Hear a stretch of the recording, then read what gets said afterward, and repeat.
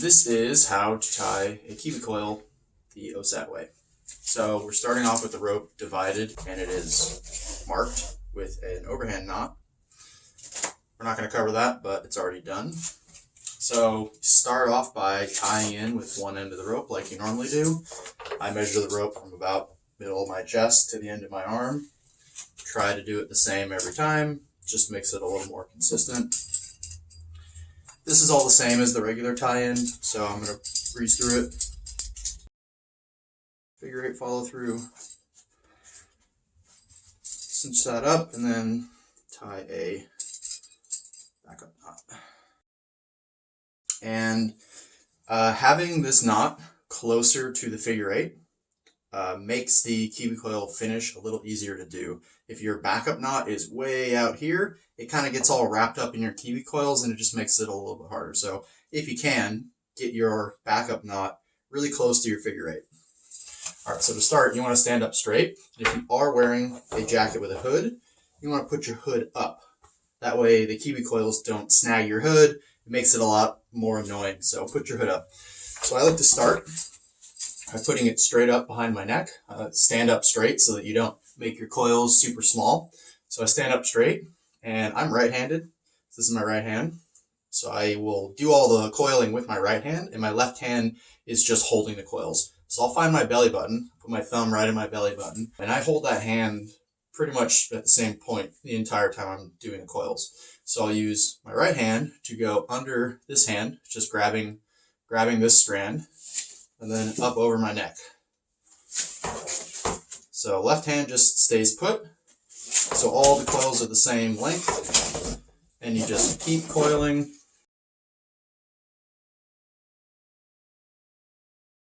You want to go past the knot at least one coil. So for me, the knot is coming up, so I'll untie that knot, and since the knot was about here, I'll actually go 2 more coils. That way you always have a shorter distance between climbers than you do have extra rope on the ends. You want more rope on the ends so you can always get to your middle climber if needed. Okay, so now we've coiled enough. Left hand is done. I'll take my left hand out and just leave these coils hanging for now. If you somehow got a bunch of slack in this rope while you're coiling, when you're at this point, you can just grab the whole bundle and you can just rotate it so that that rope is going straight up to your neck. It's nice to have this be a little bit snug so that it's not dangling down and getting caught in your other gear. So have that rope still going straight up and leave your bundle like this. You make a bite of this rope, about that big. And the idea here is that I'm passing this bite over the top of this rope and then tucking it up behind. So you'll see this is my bite of rope. It's over the top of this strand and then tucked up behind the whole bundle, right? So this is my bite, and I'll flop it straight down. And when you do that, you want to make sure that you're not pulling this strand. This is one of the bite strands. If you pull this strand really tight, it'll end up like this. So make sure that that last strand is the same size as the rest. Okay, so now I have my bite. My bite is straight down. So these 2 strands, the ones that are hanging straight up, the one that goes to my tie-in knot, and then the one that goes to the rest of the rope team, those are the 2 strands that you are tying the finishing knot around. So these 2 strands is what I'm tying an overhand around. So I'll fold this down, go around behind both of those 2 strands. You can see that. And then come up and then down like that. So I've tied an overhand knot on a bite, capturing those 2 strands that are going straight up. See that? So this is now cinched tight on my bundle. You can also take the rope going to the rest of the team, and you can pull on that a little bit to get it tight. And the idea here is that you want the end of this loop to be right around the top of your belay loop. So in this case, mine's perhaps a little bit long, but it'll work out once I put my arm through the bundle. So you take a non-locking carabiner, this pink one for me, and you're going to clip it to your belay loop, and then you're going to clip it through that loop, right? So now I can put my arm of choice through the bundle, you see, and now that's actually about perfect. So the idea here is that it's holding this carabiner up a little bit.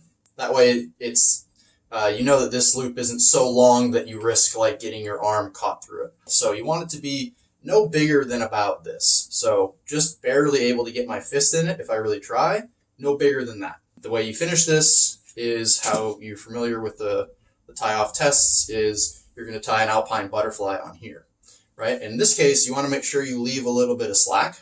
So the butterfly knot is going to be down here, clipped to this carabiner. And if this is really, really short, you tie that butterfly knot too short, it'll be up here. And if somebody on your rope team falls, it'll pull on your chest. You want it to pull on your harness. So you want to tie your butterfly knot with a little bit of slack. So something like that. So I'll start my butterfly knot down here, do the hand wrap method, thumb, finger, thumb, grab the finger, tuck it through the thumbs. This is all in the student classroom. So there's your butterfly knot, and then you're going to clip that to the triple action locker. So triple action is another change this year. You have to slide it, twist it, open it. 3 actions required in order to open it. It's just a little bit safer than using a screw gate. So that goes in to the triple action on my belay loop, and you'll see that I have a little bit of slack here. So if the person behind me falls on the rope, it'll pull it down, and it won't fold me like a pretzel if that happens. So it's actually going to pull on my belay loop if the person behind me falls. So that's the Kiwi coil tie off. And then we're going to fast forward this part. Next step is to put your two prussiks on the rope, since I am an end climber. Very important to do that after doing the coils, which is a little different from how we do the tie-off tests without the coils. If you put on your prussiks too early, you'll have to take them off and do them again. Foot prussiks first, and then the harness prussik. I also find it easier to bundle this up into a bit of a wad when I'm tying this. Easier to pass it through.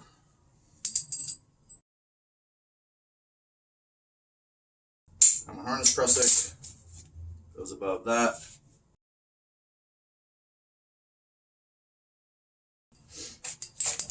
Okay, both my prussiks are 4 wraps. 3 is the minimum. 4 might be necessary on some of these icy skinny ropes. They're both nice and snug with no crisscrossing strands. So all these strands in the middle are laying nice and parallel. Right? So then take a locker, clip your harness prussik to your belay loop. I like to clip it like this, in between my Kiwi coil tie-off and my alpine butterfly. That way it's kind of free to move while I'm walking, and it's not trapped between those other two. And then for the foot prussik, I use this little twisty tie thing that's girth hitched to my harness so I can't lose it, which is nice. You can get those at REI. They're called night eyes. So I bundle up a wad in my hand, then I take this twisty tie and I wrap it a couple times around that and then twist it. So that way that stays out of my way. You can also stuff it in a pocket, but if you change layers and it falls out of the pocket, it turns out to be a bit of a snag hazard. So I prefer this. You can also do the Velcro thing, but that's up to you. I left off my chest harness just for visual clarity, but you'll want to have that on before you do your Kiwi coils. Ideally, your chest harness goes down on top of your base layer so that you don't have to take it on and off if you change jackets. And also, I left off the personal anchor, but we can throw that on now. Again, I like to wait till the very end to put this on. Otherwise, you'll have to do it twice. So put your carabiners, one locker and one non-locker, end loop there. Take the other end and girth hitch this through your hard points. And since I put my tie-in knot is on the left side of my belay loop, I then take my personal anchor and I put it on my harness on the right side of my belay loop.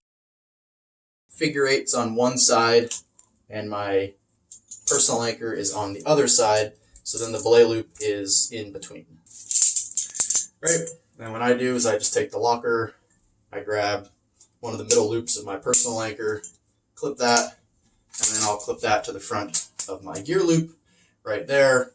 That way it's out of the way and I can access it even if I have a backpack on. So one of the best features of this Kiwi coil tie-off is if you do it right, and this knot is really tight around your bundle, then your bundle shouldn't come unwrapped as you walk throughout the day.